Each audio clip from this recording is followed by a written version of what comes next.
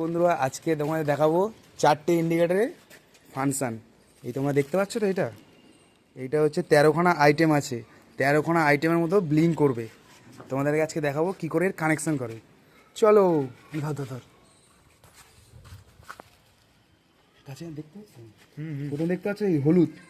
প্রথমে হলুদ একটা প্লাসে লাগাবে ইন্ডিকেটরের, আরেকটা হলুদ যে আছে এটাও তোমার ইন্ডিকেটরের বাম দিকের, এটাও প্লাসে লাগাবে।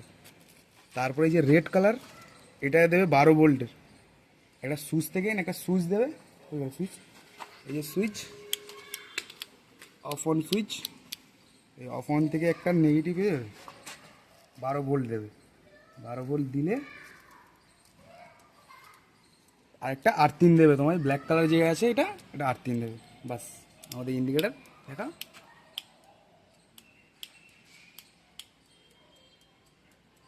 হচ্ছে। হচ্ছে। আরও কিছু জানকারির জন্য আমাকে ফলো করো।